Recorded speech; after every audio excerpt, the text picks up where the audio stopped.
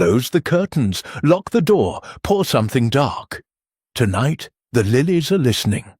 Welcome to Mysteries in the Shadows, where every bloom hides a blade. Willow Manor, Surrey, 1925. A house that breathes, a family that bleeds, and a single white petal that refuses to fall. Tommy and Tuppence Beresford thought they were answering a plea for help. They were walking into a chessboard where every piece is poisoned. 12 chapters, 11 heirs, one final seed. Are you sitting comfortably? Good, because the game begins now. Hit subscribe. Turn on notifications. The next petal falls tonight. Chapter 1. The Invitation to Willow Manor. The Morning Post arrived at the Beresfords' modest flat in Hampstead, with the usual rustle of envelopes and the faint scent of sealing wax. Tuppence, perched cross-legged on the Persian rug in her emerald dressing gown, was sorting through the pile with the enthusiasm of a child at Christmas. "Tommy, darling, do look at this," she cried, waving a heavy cream envelope sealed with crimson wax. The crest embossed upon it was a lily entwined with a serpent, elegant, sinister, and utterly unfamiliar. Tommy, nursing a cup of coffee and yesterday's Times, lowered the newspaper with a sigh.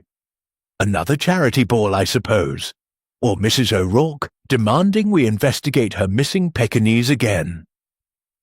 Hardly. Tuppence slit the envelope with theatrical precision. It's from a Lady Eleanor Ashford of Willow Manor, Surrey. Listen, my dear Mr. and Mrs. Beresford, rumour reaches even the secluded valleys of Surrey that your discretion in matters of delicacy is unmatched. A family matter of the utmost gravity requires your immediate attention. The lilies are blooming early this year, and with them, peril. Come at once. Discretion assured. Yours, E. Ashford. Tommy raised an eyebrow. Lilies blooming early. Sounds like a gardening crisis. Or a cipher, Tuppence said, eyes gleaming. Remember the affair of the pink pearl? The message hidden in the florist's bouquet? That was a forged invoice, Tuppence, not a floral prophecy. She ignored him, already reaching for her hat. Willow Manor is one of those crumbling Tudor piles. Secret passages, haunted wings, the lot. And Lady Eleanor was a famous beauty in 14. Married Sir Reginald Ashford, the munitions magnate. He died last year under mysterious circumstances. Suicide, wasn't it? Shot himself in the library. Allegedly. The inquest was a farce. The family closed ranks faster than a clam, and now the lilies are blooming early. Tuppence twirled the envelope like a baton. We're going. Tommy groaned. We've a mortgage, Tuppence, and the car's in dock. Details, darling? Adventure calls. By noon they were rattling south in a borrowed Austin 7, Tuppence navigating with a map annotated in red ink. The Surrey lanes narrowed, hedgerows thickened, and the air grew, heavy with the scent of rain-soaked earth. Willow Manor emerged from the mist like a shipwreck of brick and ivy. Towers askew, chimneys exhaling lazy smoke, the lily pond at its feet a mirror of bruised sky. A butler with the mournful dignity of an undertaker admitted them. Her ladyship is in the Winter Garden, this way. The Winter Garden was a glass cathedral of ferns and silence. Lady Eleanor Ashford stood beneath a cascade of wisteria, clad in mourning black that made her silver hair blaze like moonlight. She was 60 perhaps, but her posture was a duchess's. "Mr. and Mrs. Beresford," she said, voice low as velvet, "you are punctual. Good. Time is a luxury we do not possess." Tuppence curtsied with impish grace. "Your letter mentioned peril, Lady Eleanor, and lilies." The older woman's fingers tightened on a silver-headed cane. 3 nights ago, my granddaughter Cassandra received a bouquet. White lilies, black ribbon. Inside the card. The first petal falls at midnight. Choose wisely. No signature. Tommy frowned. A threat? Or a promise? Lady Eleanor led them deeper into the garden, where a marble fountain wept into a basin of water lilies. The Ashfords have enemies. My late husband's will disinherited his nephew Victor in favour of Cassandra, provided she marries before her 25th birthday. She turns 25 in 9 days. And Victor? Tuppence asked. Missing since the funeral. Rumoured to be in Monte Carlo, drowning debts in champagne. But the lilies... Lady Eleanor's gaze drifted to the pond. They were Sir Reginald's obsession. He bred a rare strain, Lilium ashfordi, pure white, black heart. Extinct now, save for the specimens in our hothouse. Someone has access. A shadow fell across the tiles. A young woman in riding breeches, chestnut hair cropped rebelliously short, stood in the doorway. Her eyes were the green of willow leaves before storm. "Grandmamma, the police telephoned. They've found Victor." A pause. In the Thames, throat cut, lilies stuffed in his mouth. Lady Eleanor swayed. Tommy caught her elbow. The girl, Cassandra, met Tuppence's gaze. "The second petal falls tonight," she said, "and I think I'm next." Somewhere in the hothouse, glass shattered. "Greetings, detectives and curious minds. It truly warms my heart to have you with me again this evening. I'd love to know where you're listening from and whether you had a peaceful day. Share your thoughts in the comments below, and remember to subscribe for a brand new mystery every night." Chapter 2. Arrival and First Impressions. The hothouse door hung ajar like a broken jaw. Steam billowed out, thick with the cloying sweetness of bruised lilies. Tommy pushed through first, Tuppence at his heels, Lady Eleanor and Cassandra close behind. Inside, the air was a jungle fever. Rows of glass tables sagged under the weight of blooms. White throats veined black, petals trembling as if breathing. A single pane lay shattered on the gravel path, shards glittering like frost. At the far end, a figure in mud-stained overalls knelt beside an overturned tray of bulbs. "Griggs!" Lady Eleanor's voice cracked like a whip. The gardener straightened slowly. He was 60-odd, face carved from oak, eyes the pale blue of winter sky. In his gloved hand dangled a lily. Its stem snapped, black sap oozing like blood. "Aye. Beg pardon, milady," he rasped. "Wind took the pane. I was cleaning up." "At 4 in the afternoon?" Tommy asked mildly. Griggs's gaze flicked to the broken glass, then to Cassandra. "Storm's coming.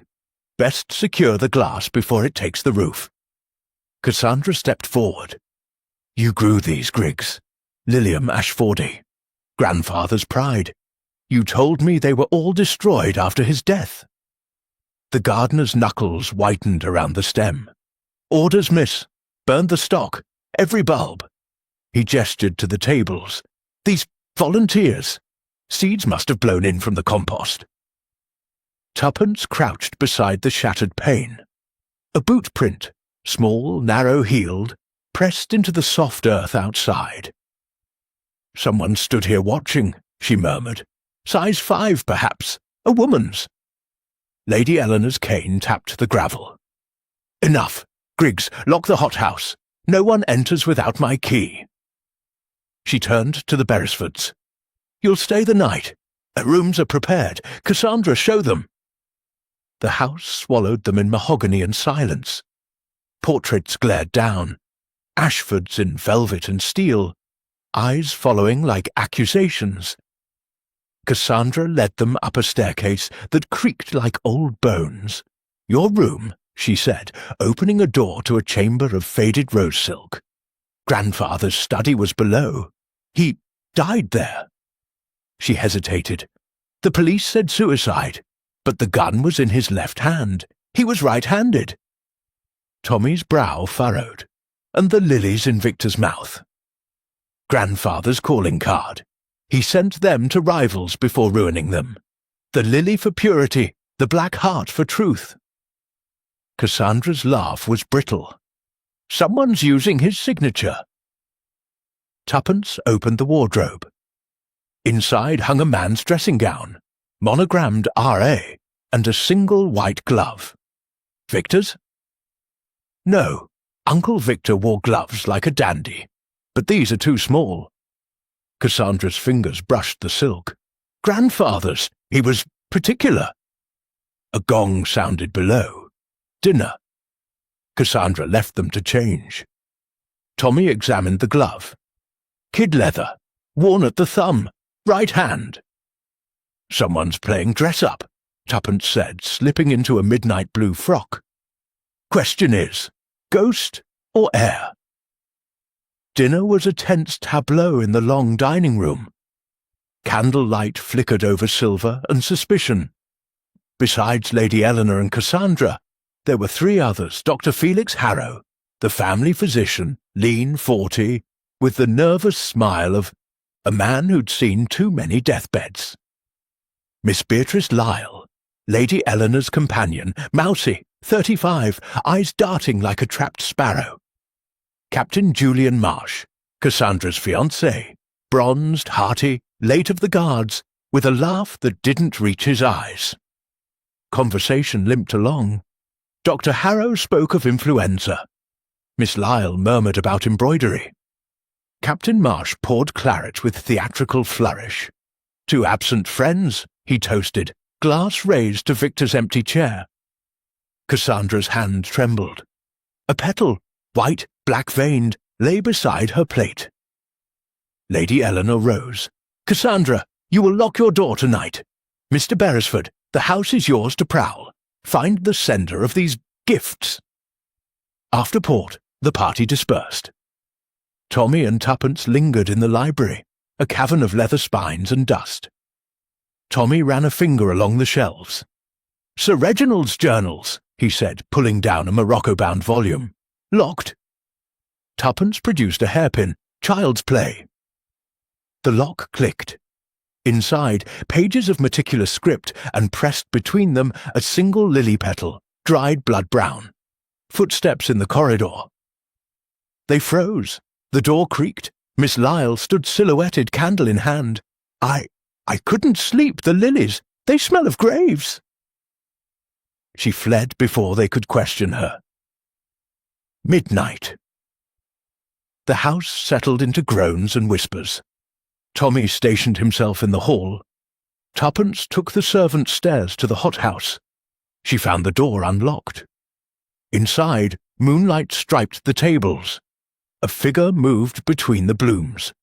Small, veiled in black. "Who's there?" Tuppence called. The figure turned. A gloved hand raised a lily, then hurled it. The pot shattered at Tuppence's feet, soil exploding like gunshot. She lunged. The figure darted, vanishing through a side door into the night. Tuppence followed, barefoot over wet grass, until she reached the lily pond. There, floating amidst the pads, was a single white glove, stained with fresh black sap, and stitched inside the cuff, in tiny crimson thread, C.A. Cassandra Ashford. Chapter 3. The Cipher in the Lilies. The glove lay in Tuppence's palm like a dead bird. The crimson monogram C.A. Stark against the kid leather. Black sap bled through the fingertips, smelling of rot and iron. She turned it inside out. The lining was slashed, as if a blade had probed for secrets. Footsteps crunched behind her. Tommy, coat over pyjamas, hair tousled. "I heard the crash. You all right?" "Better than our midnight gardener." She held up the glove. "Cassandra's." "Impossible. She's tucked up with a hot brick and a sleeping draught. Dr. Harrow's orders." "Someone wants us to think so." Tuppence scanned the pond. Moonlight silvered the water. Lilies floated like ghosts. "The cipher mentioned petals falling. First Victor, second, this glove, third." A scream split the night, high, animal, from the house. They ran. The scream came again from the upper corridor, Cassandra's room. The door stood open. Inside, chaos. Bedclothes shredded, mirror spider-webbed with cracks. Cassandra knelt in the centre, nightgown torn, clutching a lily to her throat. Its petals were smeared red. "Not mine," she gasped as they burst in. "The blood's not mine." Lady Eleanor appeared, cane forgotten, face chalk white. The window, it gaped wide. Rain lashed the sill. On the carpet, muddy prints, small, healed, led to the bed and vanished. Tommy examined the lily. The red was paint, theatrical, still wet. Beneath the petals, a card, second petal falls. "The third will choke you, marry or die." Captain Marsh thundered in, revolver drawn. "I heard—" He saw the card, paled. "Cassandra, you're coming to my room. No arguments." Dr. Harrow followed, medical bag clinking. "Shock! She needs answers," Tuppence finished. "Who has access to theatrical paint and Cassandra's gloves?" Miss Lyle hovered in the doorway, wringing her hands. I keep the paint in the schoolroom, for Cassandra's watercolours." Tommy's eyes narrowed. "Show us." The schoolroom was a relic of nurseries past. Chalk dust, faded maps, a rocking horse with one eye. On a shelf, jars of pigment, one, Carmine Lake, uncapped, brush missing. Tuppence lifted a scrap of paper beneath the jar. A sketch, a lily, black-hearted, with the words "Petal falls at midnight" in a spidery hand. "Cassandra's handwriting?" Tommy asked. Miss Lyle shook her head. "No, she writes like a boy. Bold strokes. This is delicate." Lady Eleanor's voice cut through. "Enough games. Tomorrow we search the house, every room, every soul." Dawn found them in the breakfast room, bleary-eyed over kippers. Griggs served coffee with the solemnity of a priest. His hands trembled. "Griggs," Tommy said casually, "you were in the trenches, weren't you? It's 16. The gardener stiffened. "Some, sir. Ever use a trench knife? Small blade, easy to conceal." Griggs's cup rattled. "Lost mine at Passchendaele." Tuppence buttered toast. "Funny. The slash in the glove lining. Clean surgical. A knife, not scissors." Cassandra entered, pale but composed, flanked by Captain Marsh. "I'm not leaving," she announced. "The will says I must reside at Willow Manor until my birthday. If I flee, the estate goes to charity." Lady Eleanor's lips thinned. "Then we lock the doors. No one in or out." After breakfast, the search began. Tommy took the east wing, Tuppence the west. She found Miss Lyle in the linen room, counting sheets with frantic precision. "Miss Lyle," Tuppence said softly, "you were Sir Reginald's secretary before you became companion, weren't you?" The woman flinched. "Typist, nothing more." "But you knew his codes. The lilies, each colour meant something. White for death." Miss Lyle's eyes filled. "He was cruel, made us learn them. White lily, black ribbon, ruin. White lily, red paint." She swallowed. "Blood debt. Victor's debt. Sir Reginald lent him thousands. Victor gambled it away. The lilies in his mouth. Payment demanded." Tuppence's mind raced. "And the glove? I found it in the hothouse yesterday. Thought it was Cassandra's. Hid it in my drawer." Miss Lyle's voice cracked. "Someone took it." Upstairs, Tommy had better luck. In Captain Marsh's room, Spartan, military, beneath the mattress, a bundle of letters tied with black ribbon, love letters, ardent, desperate, signed C. "My darling Julian, the child. We must tell Grandmamma." Tommy whistled. Cassandra, pregnant, and Marsh the father. He confronted Marsh in the billiard room. "Planning a shotgun wedding, Captain?" Marsh's cue snapped chalk. "Mind your own. Cassandra's inheritance hinges on marriage before 25. Convenient timing." Marsh's face darkened. "I love her. The child is Unexpected, but the Lilies. I'd die before harming her. Then who knows? Only Dr. Harrow. He examined her last month. Tuppence burst in, breathless. Tommy, the hothouse. Griggs is burning something. They ran. Smoke curled from the hothouse chimney. Inside, Griggs fed the furnace. Lilies, bulbs, papers. His eyes were wild. Stop! Tommy shouted. Griggs turned, soot-streaked. In his hand, a photograph. Sir Reginald, arm around a young woman, dark-haired, smiling, on the back, to my Lily. Ah, the real Lily, Griggs rasped, not the flower, his mistress, died birthing his bastard. He buried her in the pond. Tuppence gasped. Cassandra! No, the child lived, raised as a servant's brat. She's here. Griggs laughed, bitter. In this house. The furnace roared. A final lily stem curled black. From the doorway, Cassandra whispered, Who? Griggs met her eyes. You, miss. You're the Lily's daughter.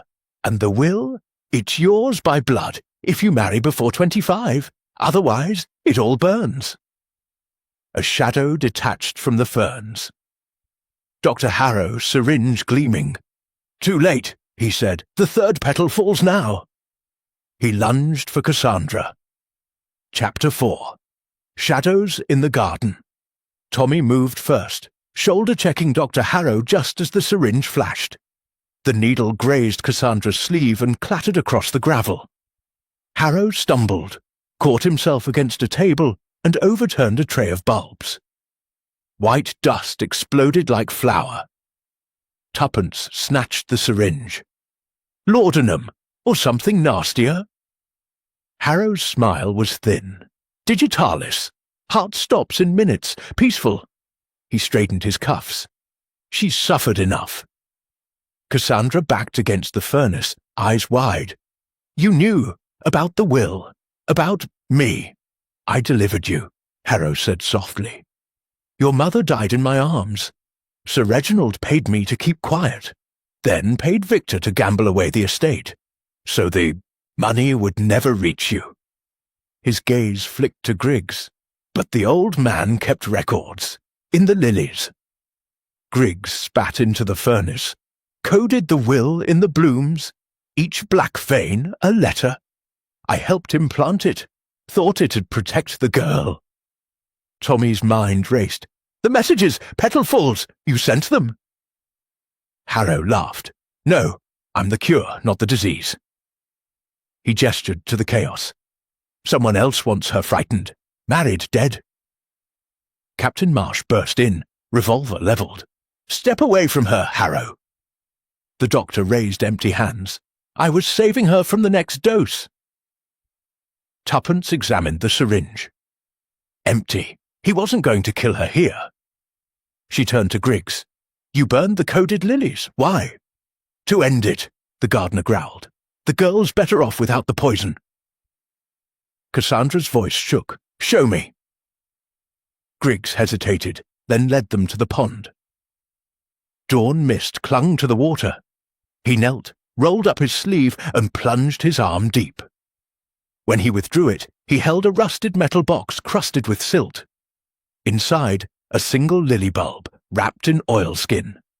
Unwrapped, the bulb's skin was etched, tiny incisions forming letters. Tuppence tilted it to the light. To my true heir, born of Lily Vale.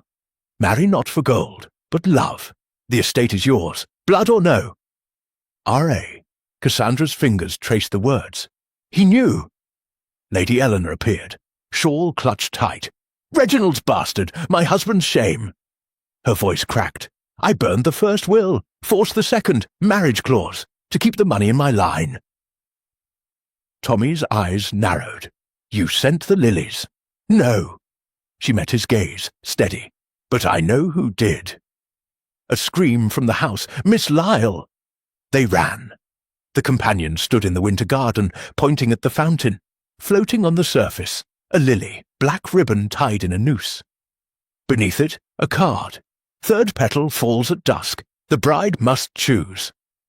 Miss Lyle sobbed. It was in my room, under my pillow. Tuppence lifted the card. On the back, in the same spidery hand. Ask Beatrice about the child she lost. The companion went white. I miscarried years ago. Sir Reginald, he paid for the clinic, said it was kinder. Captain Marsh's jaw clenched. Blackmail? Or truth, Tommy said. Someone's peeling back the family's sins, layer by layer. Lady Eleanor's cane tapped. Dusk is 6 hours away. We set a trap. The plan was simple. Cassandra would faint in the drawing-room at sunset. The household would gather. Tommy and Tuppence would watch from the minstrel's gallery. But first, the garden. Tuppence slipped away while the others argued. The lily pond gleamed, innocent. She waded in, skirts hitched, until her fingers brushed something hard. Another box, smaller, newer. Inside, a child's silver rattle, engraved LV 1918, and a photograph, Sir Reginald, younger, holding a dark-haired infant. On the Ayrshire back lily veil and child, burn after reading. Footsteps. She turned. Captain Marsh stood at the water's edge, revolver dangling. Find something. Proof, Tuppence said.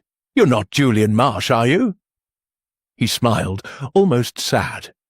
No. Julian died in Flanders. I took his papers. Needed a new life.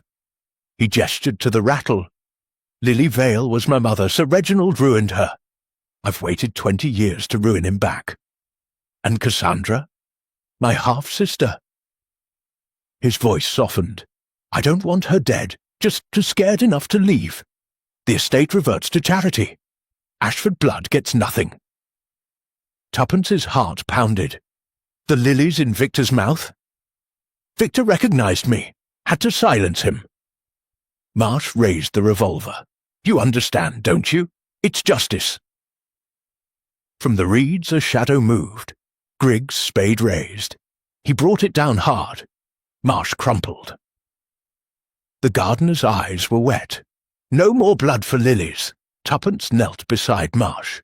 Unconscious but breathing. We need him alive, for the truth. Dusk painted the sky bruise purple. The drawing-room filled. Lady Eleanor rigid in black lace. Dr. Harrow with his bag. Miss Lyle trembling. Griggs stone-faced. Cassandra lay on the chaise longue, fainting convincingly. Tommy watched from above, revolver ready. The clock struck 6. The French windows creaked open. A figure in black veil and gloves glided in, lily in hand. The veil lifted, Miss Lyle's face, but eyes wild, unrecognizable. Third petal, she whispered, raising a dagger. For my child! She lunged. Tommy fired. Into the ceiling, plaster rained. Miss Lyle screamed, dagger clattering. Tuppence dropped from the gallery, landing cat-like. Beatrice Lyle, née Vale, Lily's sister. The companion collapsed, sobbing. He promised to marry her, left her to die in that clinic. I took the secretary post to watch him rot. Lady Eleanor's voice was ice. You killed Victor. Sent the lilies, painted the threats, wanted you all to suffer. Miss Lyle laughed, broken.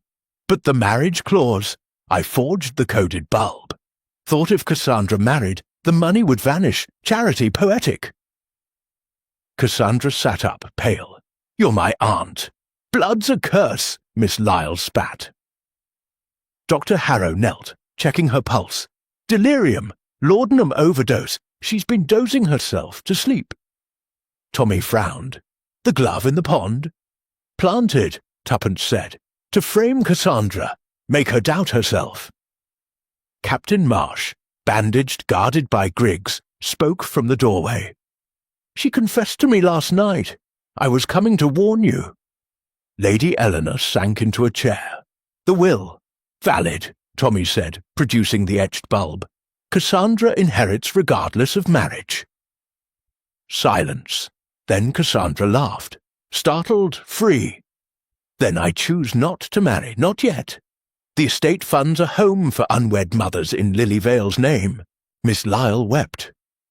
Outside, the lilies closed their throats to the night. But in the hothouse, one bloom remained open, black heart pulsing. And etched on its petal, in fresh sap, the fourth petal waits. Chapter 5. The Midnight Gathering. The house did not sleep. Every clock in Willow Manor struck 12, with the staggered insistence of a firing squad. Tommy and Tuppence stood in the entrance hall, backs to the grandfather clock, watching the staircase like sentries. Miss Lyle, sedated, wrists bound with silk scarves, lay under Dr. Harrow's supervision in the morning room.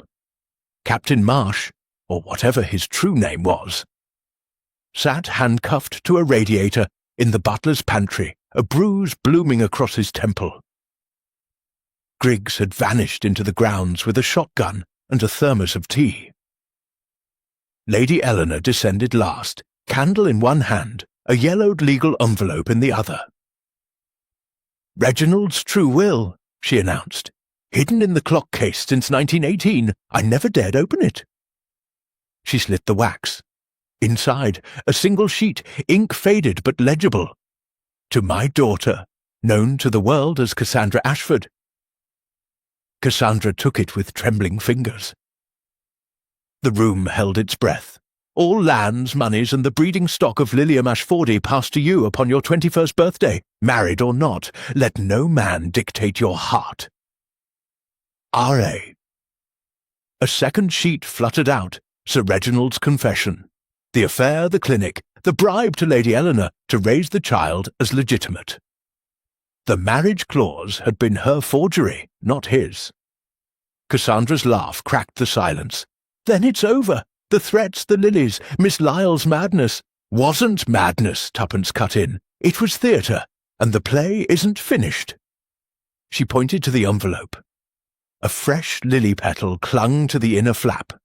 White, black-veined, still damp. On it, in crimson paint, 4th petal, at the stroke of 1. "Come to the crypt alone, heiress, or the house burns." Lady Eleanor's knuckles whitened. "The crypt hasn't been opened since the war. Spanish flu victims." Tommy checked his watch. 43 minutes. We set the trap properly this time." They moved like a silent army. Griggs doused the grounds with paraffin, ready to light at a whistle. Dr. Harrow prepared smelling salts and a straitjacket. Captain Marsh, offered clemency for cooperation, agreed to play decoy. Cassandra refused to hide. "This ends with me." The crypt lay beneath the family chapel, a squat stone box half swallowed by ivy. The iron door groaned as Tommy forced it. Inside, 6 stone biers, names chiselled, Ashford, Ashford, Ashford. A 7th slab, unmarked, waited in the centre. On it, a circle of lilies, black ribbons knotted into tiny nooses. Tuppence's torch swept the walls. Frescoes, faded saints, watched with empty eyes. In the corner, a wooden confessional, door ajar. 1 o'clock. Cassandra stepped forward, alone as instructed. The others melted into shadows. She reached the unmarked slab. Beneath the lilies, a child's coffin, lid carved with the serpent and lily crest. A note pinned to the velvet. "Open it. See what love costs." Cassandra lifted the lid. Inside lay not bones, but a wedding dress. Ivory silk, yellowed with age. Veins of black thread stitched through the bodice formed words, "Mother." The skirt was soaked in fresh blood. A match flared behind her. Miss Lyle stood in the confessional doorway, nightgown streaked with soil, eyes luminous with laudanum and grief, in one hand a lantern, in the other a glass bottle, kerosene. "You should have burned with him," she whispered. "My sister's child, raised in silk while mine rotted." Cassandra backed against the slab. "Aunt Beatrice, please, don't call me that." Miss Lyle hurled the bottle. Kerosene splashed across the wedding dress, the lilies, the stone floor. The match followed. Flame roared up, blue and hungry. Tommy lunged from the shadows, tackling Miss Lyle. Tuppence grabbed Cassandra, dragging her toward the door, but the fire had a voice, crackling, laughing. It leapt to the chapel beams above.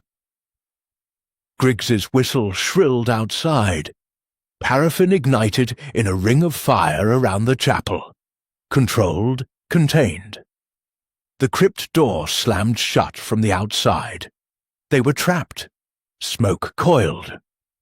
Cassandra coughed, clutching the will. The confession! Reginald mentions a tunnel. From the crypt to the hothouse. For smuggling bulbs during the war. Tuppence's torch found a rusted grate in the floor. Tommy heaved it open. Stone steps spiraled down into darkness. They descended single file. Tommy, Tuppence, Cassandra, Miss Lyle limp over Dr. Harrow's shoulder. The tunnel was narrow, roots brushing their faces like fingers. Behind them, the chapel roof collapsed with a thunderous sigh. 50 yards on, the tunnel ended at a brick wall. A single lily bulb was mortared into it, black heart facing them. Tommy pressed it. The wall pivoted. They stumbled into the hothouse, glass fogged, air thick with floral rot. Rows of Lilium Ashfordi glowed under moonlight, every bloom open, every heart pulsing black. In the centre stood Lady Eleanor. She held a revolver. And at her feet lay Griggs, throat cut, lilies stuffed in his mouth.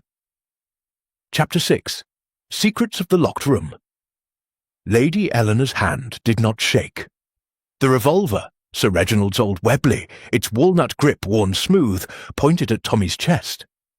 Moonlight through the glass roof turned her silver hair to frost. "Step away from the girl," she said. Cassandra clutched the will to her breast. "Grandmamma, I said step away." Tuppence moved first, placing herself between Cassandra and the gun. "You burned the chapel to trap us, killed Griggs to silence him. Why?" Lady Eleanor's smile was thin as parchment. "Because the lilies told the truth, and truth is a weed." She nudged Griggs's body with her shoe. Blood pooled black beneath the lilies, stuffed in his mouth. Payment demanded, just like Victor. He was going to confess. Couldn't allow that. Dr. Harrow set Miss Lyle gently against a table of bulbs. "Eleanor, the laudanum is in your bag, Felix, along with the digitalis you thought you'd use on the girl." Lady Eleanor's eyes flicked to the doctor. "You were always sentimental." Tommy's voice was calm. "You forged the marriage clause, hid the real will, but the lilies, Griggs said you taught him the code." "I taught him to plant," she corrected. "Reginald taught him to read." She gestured to the rows of blooms. Each black vein a letter, each petal a clause. He bred them to carry his secrets after death. Foolish, romantic. Cassandra's voice cracked. "You raised me, loved me." "I raised a lie." Lady Eleanor's gaze softened, then hardened. "Your mother was a typist, a nobody, Reginald's whore. I took you in to save the name, but the will—" She laughed, bitter. "He left everything to his bastard. I burned the first copy, rewrote it, added the marriage clause. Thought Victor would marry you, keep the money in the family." Tuppence's mind raced. Victor refused, gambled instead. "So you sent the lilies to scare Cassandra into marrying Marsh." "Marsh was useful," Lady Eleanor said. "A war hero, desperate for funds. I promised him a share if he wed her before 25.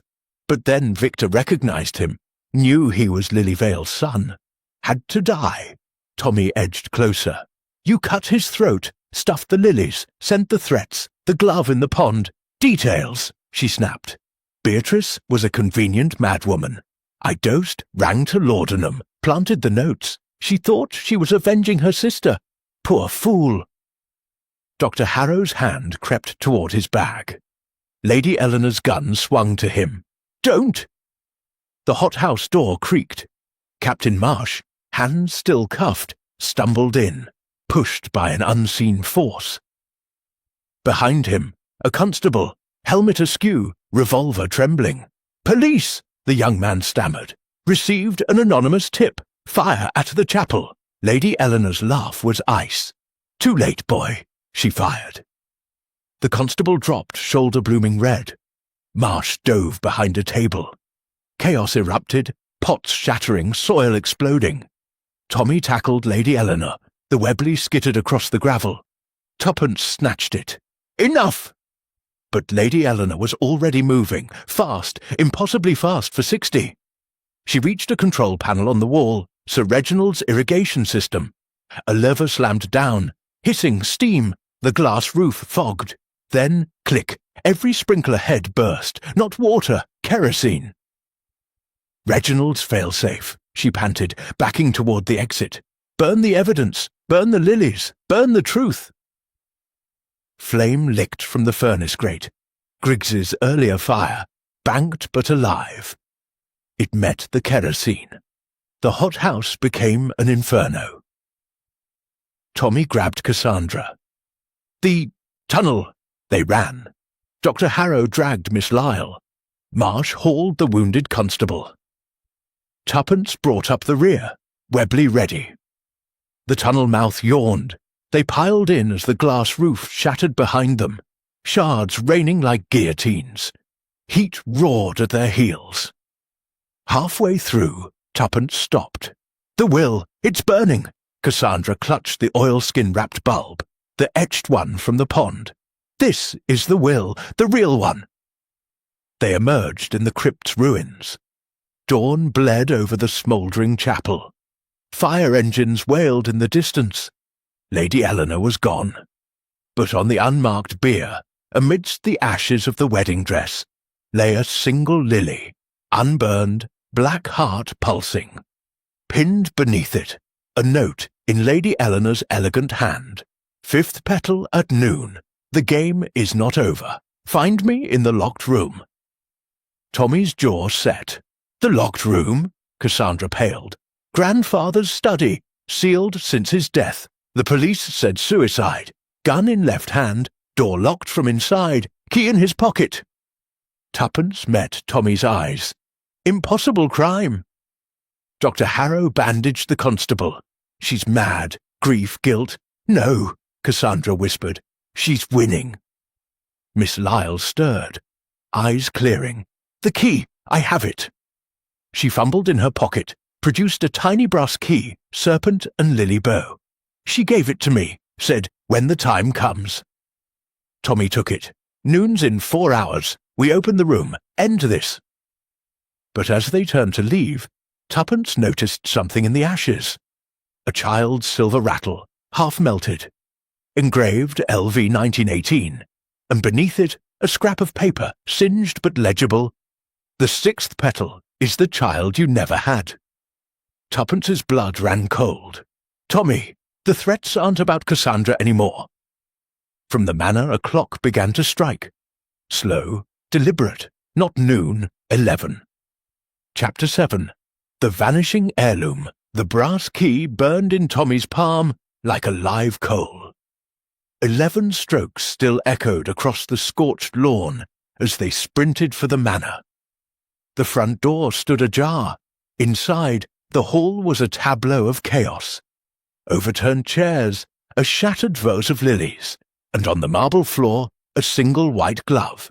Left hand kid leather, monogram EA. Tuppence knelt. "Lady Eleanor's, she's inside." They moved in formation. Tommy and Tuppence at point, revolver and key. Cassandra clutching the etched bulb like a talisman. Dr. Harrow supporting the limping constable. Marsh, wrists raw from cuffs, bringing up the rear. Miss Lyle had been left sedated in the stables under a groom's watch. The study door, oak, iron-banded, loomed at the end of the west corridor. A heavy padlock gleamed, new. The key fit. The lock clicked. The door swung inward on silent hinges. The room was exactly as the police photographs had shown. Persian rug, blood-stained in the centre. Desk facing the window, blotter undisturbed. Revolver on the floor, 1 round fired. Sir Reginald's body long, removed, but the chalk outline remained, left hand stretched toward the gun. Except now the outline was wrong. The chalk had been smudged. The revolver was gone. And on the desk lay a fresh lily, black ribbon knotted into a perfect hangman's noose. Cassandra's breath hitched. "Grandfather's ring!" She pointed to the safe behind the portrait of a bewigged ancestor. The safe door yawned open. Empty. Tommy crossed to it. Inside, velvet indentations for a signet ring, serpent devouring a lily, and a small pistol, both missing. "Reginald's ring was the heirloom," Cassandra whispered. "The will said it must be worn by the true heir at the reading. Without it, the estate reverts to the crown." Tuppence examined the safe. "Forced with a chisel. Recent?" She lifted a scrap of velvet caught in the hinge. A single silver hair. Lady Eleanor's. Dr. Harrow's voice was tight. "She's staging her own death. The ring, the gun, the locked room." "Impossible," Tommy said. "The windows are barred, chimney too narrow, door locked from inside, key in the pocket." He tapped the chalk outline. "But the body was moved after the police left. Someone had another key." Cassandra's eyes widened. "Grandmama kept a duplicate in her jewellery box. I saw it once." They raced upstairs. Lady Eleanor's bedroom was a shrine to mourning. Black lace curtains, a portrait of Sir Reginald in uniform, a single candle guttering. The jewellery box, ebony, inlaid with mother-of-pearl, stood open. Empty save for a card. "5th petal at noon. The ring is the key. Find the child to find the mother." Tuppence turned the card over. On the back, a crude map, the Manor's floor plan, with the nursery circled in red. The nursery, sealed since the Spanish flu, lay at the attic's end. The door was padlocked, but the wood around the hasp had been splintered. Inside, dust and silence. A rocking horse, one eye missing. A cot, sheets yellowed. On the cot, the missing revolver, barrel wrapped in black ribbon. And beside it, the signet ring, serpent devouring lily, smeared with fresh blood. Cassandra lifted the ring. Inside the band, an inscription newly etched. "To my true granddaughter. Wear it and end the curse." EA, Tommy's jaw set. "She's leading us. Noon is the deadline." The constable, pale but determined, spoke for the first time. "There's a child's coffin in the crypt. We thought it was empty." "It's not," Tuppence said. "The 6th petal is the child. Lady Eleanor's final act." They descended to the crypt's ruins. Firemen had doused the chapel. The air reeked of wet ash. The unmarked bier stood intact. The child's coffin, lid now closed, waited. Cassandra hesitated, then opened it. Inside, not a body, but a porcelain doll, dressed in the blood-soaked wedding gown. Its painted eyes stared up. In its arms, a bundle of letters tied with black ribbon, and pinned to the doll's chest. A birth certificate, name Eleanor Beatrice Ashford, born 15th of March 1918, mother Lily Vale, father Reginald Ashford. Dr. Harrow exhaled. "Lady Eleanor is the child." Tuppence's mind whirled.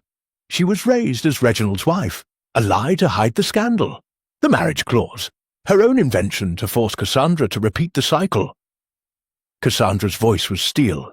"Where is she?" A low laugh echoed from the tunnel mouth. Lady Eleanor stepped into the light, ring on her finger, revolver in her hand. Her mourning dress was torn, face streaked with soot, but her eyes burned. "The game ends at noon," she said. "The ring is mine by blood, the estate is mine, and the child," she gestured to the doll, "is the proof I was never acknowledged." Tommy raised the Webley. "Drop it," she smiled. "Shoot me, and the ring goes into the fire. The will burns. Cassandra loses everything." Cassandra stepped forward. "I don't want it. Keep the ring. Keep the money. Just stop." Lady Eleanor's hand trembled. "You'd let the Ashford name die?" "It died the day you let Lily Vale bleed out in a clinic." Silence. Then the revolver lowered. Lady Eleanor sank to her knees, weeping. But Tuppence saw it first, the glint of steel. A second gun, hidden in Lady Eleanor's sleeve. She lunged. The shot rang out. Cassandra screamed. Lady Eleanor fell backward, blood blooming across her chest. The ring spun from her finger, clattering across the stone. Dr. Harrow knelt, pressing his hands to the wound. "Artery! She'll bleed out in minutes." Lady Eleanor's eyes found Cassandra. "The child! Forgive!" Her breath rattled. The light faded. Tommy retrieved the ring. "Self-inflicted! She planned it!" Tuppence noticed the angle. "No! Look! The powder burns! She was shot from behind!" They turned. Captain Marsh stood in the tunnel mouth, smoking revolver in hand. His smile was cold. "Sixth petal," he said. "The child was always me." Chapter 8. Whispers from the Past.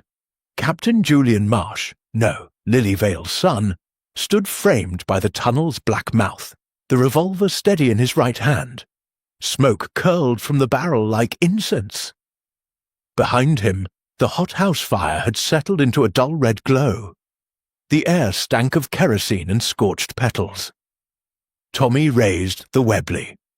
"Drop it!" Marsh's laugh was soft. "You'll shoot an unarmed man?" He let the revolver fall. It clanged against the stone. "I'm done killing, just collecting what's mine." Cassandra knelt beside Lady Eleanor's body. Blood pooled beneath the black lace, dark as lily sap. The signet ring lay inches from her grandmother's slack fingers. "You shot her in the back," Tuppence said. "Coward's work. Necessary work." Marsh stepped into the crypt, boots crunching on ash. She was going to burn everything, ring, will, proof. I couldn't let the Ashford fortune vanish into charity. His gaze flicked to Cassandra. "Half-sister." Cassandra's voice was raw. "You murdered Victor Griggs, tried to burn us alive." "Collateral," Marsh said. "Victor recognized me in London. Knew I'd taken a dead officer's name. Griggs guessed when he saw the rattle. Lady Eleanor, she was the architect. I just finished the design." Dr. Harrow pressed a handkerchief to Lady Eleanor's neck, but the pulse was gone. "She was your mother." "Stepmother," Marsh corrected. "Raised me as a stable boy after Lily died. Told me I'd inherit nothing. Then forged the marriage clause to force you," he nodded at Cassandra, "into the same cage." Tommy's mind raced. "The lilies in Victor's mouth, your signature." "Mother's signature," Marsh said. "Sir Reginald sent them to rivals. I sent them to her, to remind her blood doesn't lie." Tuppence crouched beside the doll. The birth certificate was real. Ink faded, seal intact. But something nagged. She lifted the bundle of letters, the top one, addressed to Master Julian Vale, Willow Manor Stables, 1920. "My dearest boy, your father has agreed. When you are 16, you will go to Sandhurst. Wear the ring proudly. It is yours by right. Burn after reading." E.A. Tuppence's breath caught. "Lady Eleanor did acknowledge you. Planned to send you to officer training. The ring was meant for you." Marsh's face twisted. She changed her mind. After the crash of 21, Reginald lost everything in munitions. Needed a legitimate heir. Married his own bastard to keep the name alive. Sent me to the trenches instead. Cassandra stood, ring in hand. "Then take it. Take the estate. I don't want it." Marsh's eyes softened, then hardened. Too late. The will requires the ring to be worn at the reading by the true heir, and the reading is at noon. The crypt clock, miraculously intact, chimed the quarter hour. 45 minutes. Tommy glanced at the tunnel. "Police will be here soon. Fire drew them. Then we finish this," Marsh said. He produced a small silver flask. "Laudanum. Enough for all of us. A family reunion in death. The Lilies win." He uncorked it.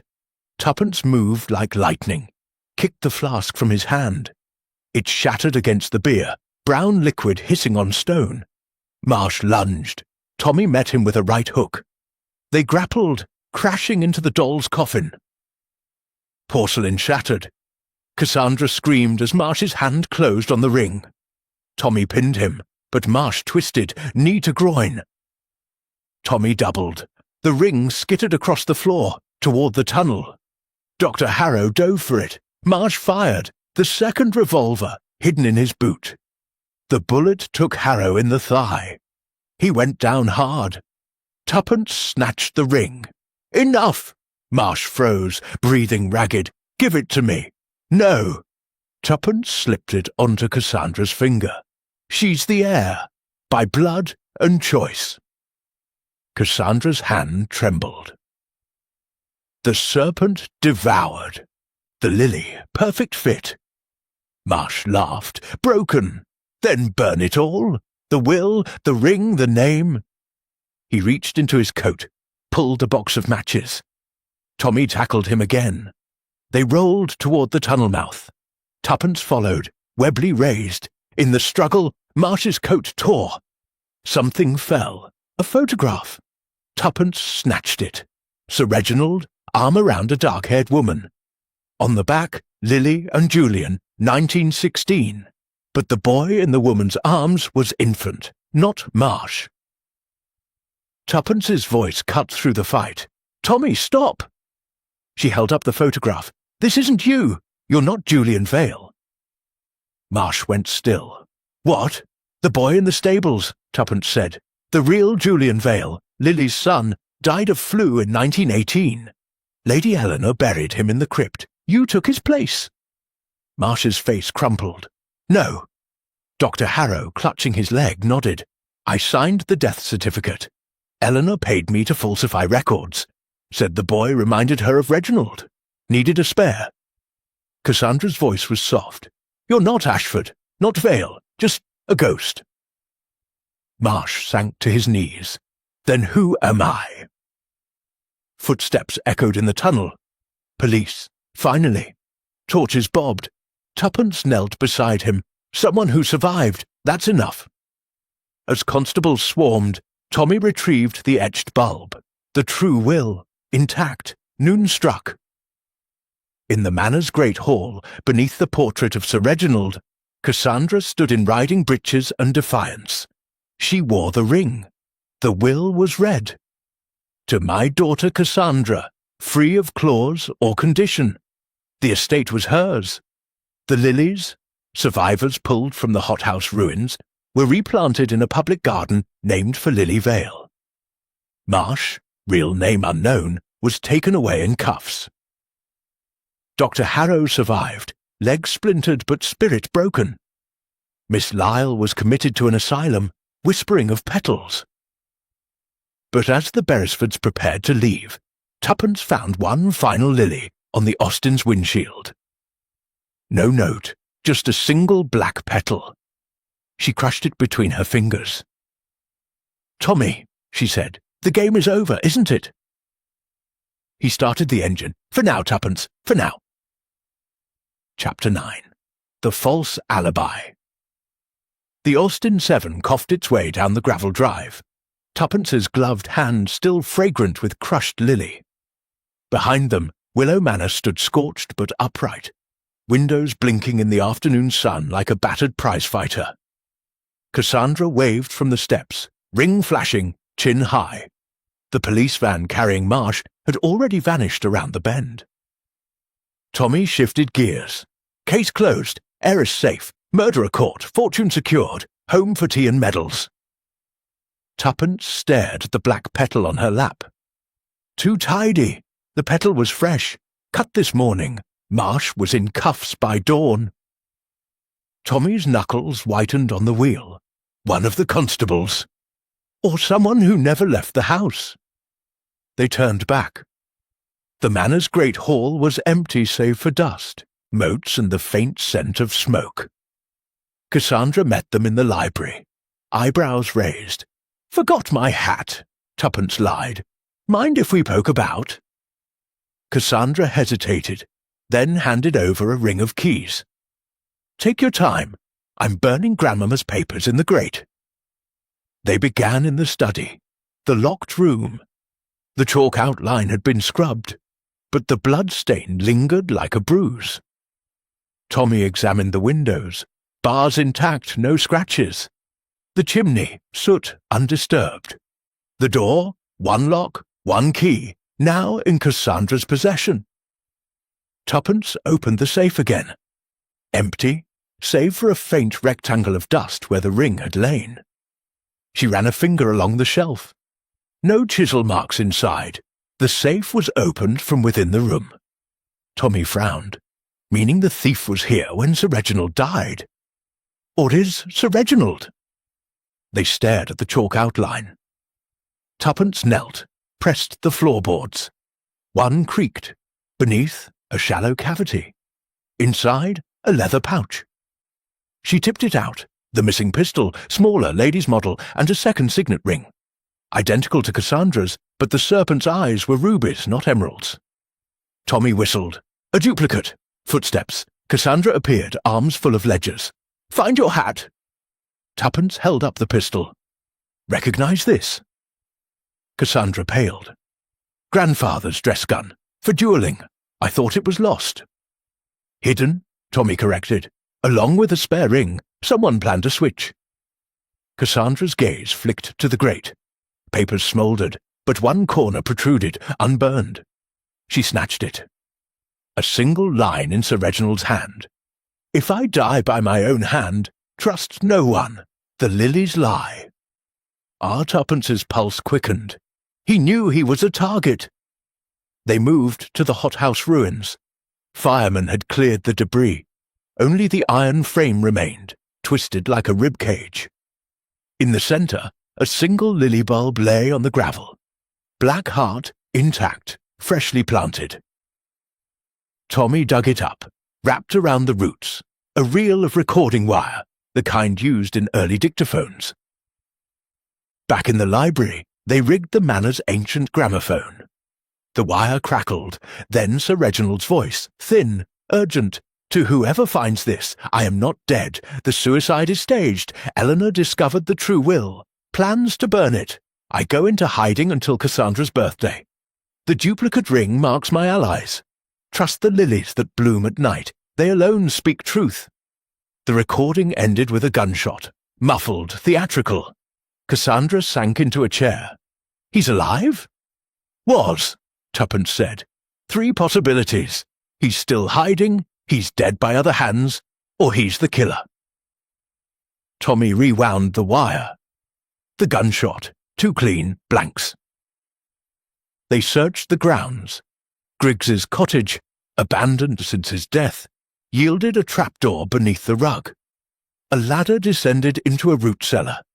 Inside, a cot, tinned food, a lantern. And on the wall, pinned with a dagger, a map of the estate, every lily bed marked. One circled in red, the pond. Night fell. Armed with torches, they returned to the lily pond. Cassandra dredged with a rake. Metal clinked. She pulled up a waterproof satchel. Inside, Sir Reginald's journal. Final entry dated the night of his suicide. Eleanor has the duplicate ring. She will stage my death, lock the room, keep the key. I will escape via the chimney flue. Griggs widened it years ago for bulb smuggling. Meet me at the ice house at midnight, 3 days hence. Bring the true ring. Ah, the ice house, Victorian, half collapsed, stood at the estate's edge. They arrived at 11:57 p.m. The door hung open. Inside, a circle of candles, lilies arranged in a serpent. In the centre, Sir Reginald, or what remained of him. Skeletal, dressed in the clothes from the chalk outline, a bullet hole in the left temple. The duplicate ring glinted on his finger. Cassandra stifled a sob. Tommy examined the body. Dead 3 days at most. The suicide was a dummy, straw, old clothes. He hid here, waiting. Tuppence found a second recording wire beside the corpse. She played it. Sir Reginald's voice, weaker. Eleanor found me, shot me with my own dress pistol. She has the true ring now. The lilies, static. Then a woman's voice, Lady Eleanor, triumphant. The 7th petal falls with you, my love. The child will never know. The wire snapped. Cassandra's face hardened. She killed him, twice. But Tuppence was staring at the lilies. One bloom, pure white, no black heart. She plucked it. Inside the throat, a tiny key taped. Tommy recognized it. The Manor's strong room, behind the library panel. They ran. The strong room was a vault of ledgers and secrets. The key opened a wall safe. Inside, the true signet ring, emerald eyes, and a single photograph. Sir Reginald, Lady Eleanor, and a dark-haired boy. On the back, Reginald, Eleanor, and our son Julian. 1916, before the lie began. Cassandra's breath hitched. Marsh was their son, legitimate. Tuppence turned the photo. A second inscription in Lady Eleanor's hand. The 8th petal is the truth we buried. Find it before the heir does. Tommy's eyes met Tuppence's. The heir isn't Cassandra. From the corridor, a child's laugh. High, chilling. They spun. A boy, no more than 10, stood in the doorway, dressed in Edwardian velvet. In his hand, a lily, black ribbon tied around the stem like a noose. "Hello, Aunt Cassandra," he said. "Grandmama said you'd come." Chapter 10. The trap is set. The boy's eyes were Sir Reginald's, pale arctic blue, but the smile belonged to something older. He twirled the lily like a baton. The black ribbon fluttered. Cassandra found her voice first. "Who are you?" The child tilted his head. "Julian Ashford, the real one, not the imposter in the police van." He stepped into the strong room. Velvet shoes silent on the parquet. "Grandmama hid me in the east wing. Said the world wasn't ready for 2 heirs." Tommy's revolver rose an inch. "Lady Eleanor's been dead 6 hours. Dead?" The boy laughed, delighted. "She's resting, like grandfather. People always underestimate the lilies." He gestured to the bloom. "Night blooming strain, opens only after midnight. Carries messages in the pollen." Tuppence inhaled. The scent was wrong. Sweet, metallic. She sneezed. "Chloroform!" The boy's grin widened. "Sleep tight." The lily exploded in a puff of white dust. Tuppence's knees buckled. Tommy fired. Too late. The revolver clattered from numb fingers. Cassandra slumped against the safe. Darkness. Tuppence woke to the smell of earth and lilies. She was bound, wrists, ankles, with black ribbon lying on cold stone. The crypt. Candles guttered in a circle. Sir Reginald's skeleton sat propped on the bier, duplicate ring gleaming. Lady Eleanor's corpse lay beside it, eyes open, a lily in her mouth. Cassandra and Tommy were trussed opposite her, just stirring. The boy, Julian, sat cross-legged between them, arranging lilies into a crown. "You're awake. Good. The reading's at dawn." Cassandra's voice was hoarse. "You're 10 years old. 11 in March." He placed the crown on Sir Reginald's skull. "Grandmama preserved me. Special tonics. Dr. Harrow's formula. Said I'd stay small until the estate was mine." He held up the true signet ring. Emerald eyes flashing. "She wore the duplicate. Kept me secret. The marriage clause was for you, to produce a spare, but you refused." Tommy tested the ribbons. Silk but knotted with surgical precision. "Marsh! A decoy. Paid actor. Real name, Albert Spear. Music hall conjurer. Grandmama hired him to play the vengeful bastard. Kept the police chasing ghosts." Julian giggled. "The lilies in Victor's mouth? My idea. Griggs helped, before I cut his throat." Tuppence's mind raced. "The recordings? Grandmama's voice, my wire tricks. I'm good with machines." He produced a tiny gramophone horn from his pocket. "See?" Cassandra strained against her bonds. "Let us go. The estate's yours." Julian's face darkened. "I don't want it. I want the game." He stood pacing. "Grandfather taught me chess with lily petals. Black heart takes white. I've taken 7. You're the 8th. He drew a silver dagger. child-sized, razor-sharp.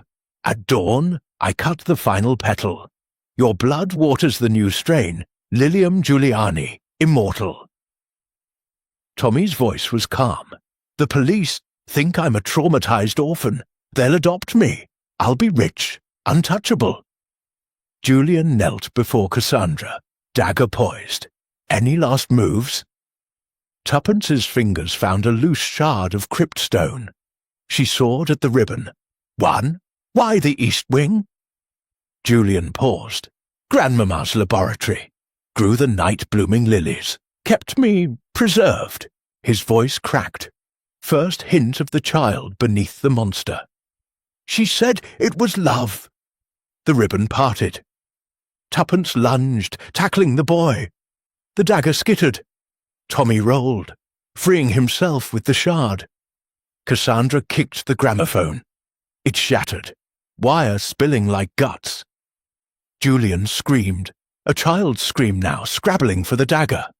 Tommy pinned him. It's over. Dawn's first light filtered through the crypt grill. Footsteps thundered above. Police, finally.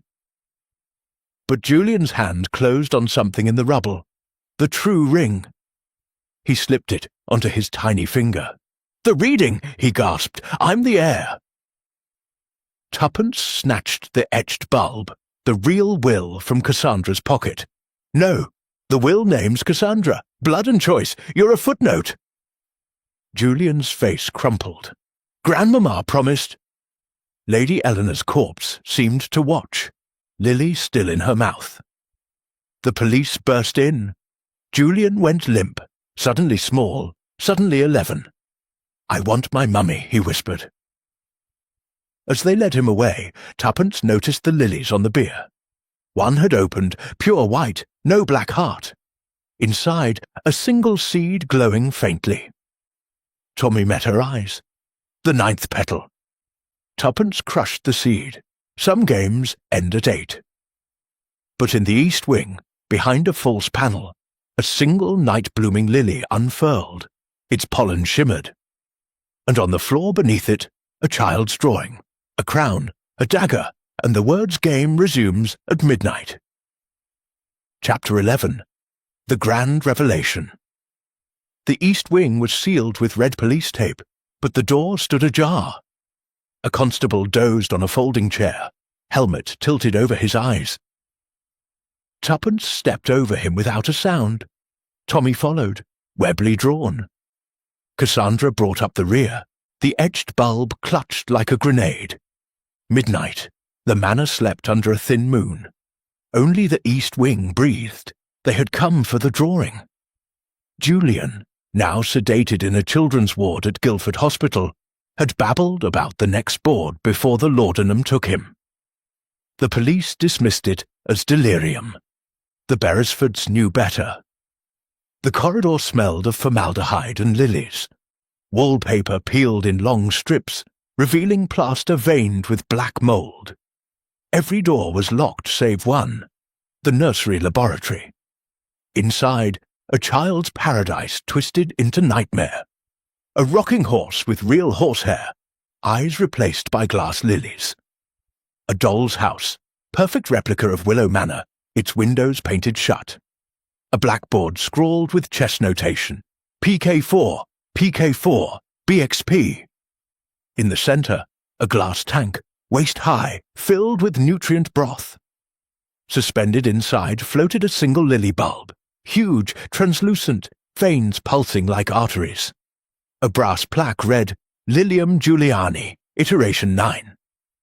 Tuppence's stomach turned. He wasn't preserving a child. He was growing one. Tommy examined the tank.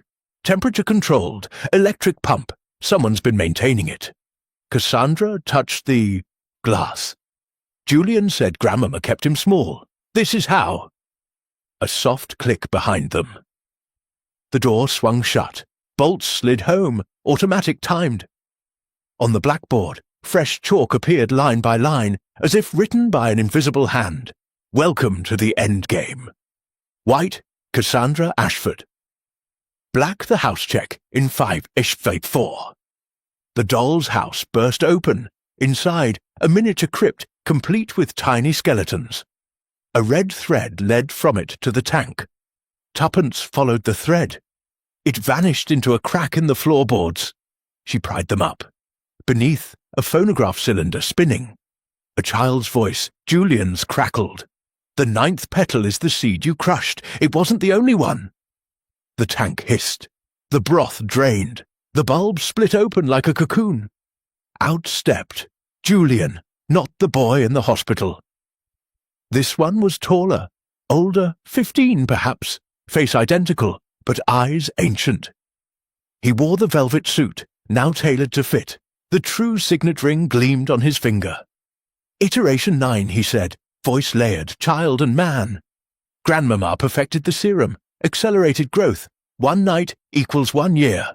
I've been waiting." Tommy levelled the Webley. "You're under arrest." Julian smiled. "For what? Existing?" He gestured to the tank. "I'm the estate's final clause. The will says the ring must be worn by the living heir. Cassandra's blood is dilute. Mine is pure, cultivated." Cassandra's voice shook. "You're a monster." "I'm evolution." Julian stepped forward. "The house is wired. Gas in the vents. 1 spark." He produced a match. "And Willow Manor becomes a pyre. The lilies burn. The secret dies. I walk away as the sole survivor. The police will call it tragedy. I'll be adopted." Tuppence's mind raced. "The drawing. Game resumes at midnight. You plan to reveal yourself tonight. Checkmate." Julian struck the match. Tommy fired. The bullet shattered the tank's pump. Broth gushed, shorting the electrics. Lights flickered. The gas hiss stopped. Julian lunged, match still burning. Cassandra met him with the etched bulb, swung like a club. It cracked against his temple. He staggered. Tuppence tackled him. The match fell, extinguished in the broth. Silence. Julian laughed, wet, broken. "You can't kill an idea. The serum's in the water table. The lilies drink it. Every bloom in Surrey will birth another me." Tommy bound him with the red thread from the doll's house. "We'll burn the fields." Julian's eyes gleamed. "Too late. The 10th petal is already planted." Footsteps in the corridor. "The dozing constable? No, too light." The door creaked open. A girl stepped in, 9, maybe 10. Dark hair, Sir Reginald's eyes, velvet dress. In her hand, a single white lily, no black heart. "Hello, brother," she said to Julian. "Grandmama said you'd fail." She looked at Cassandra. "I'm iteration 10, the spare." Behind her, the corridor, filled with children. Dozens, all identical, all ages. Velvet suits and dresses.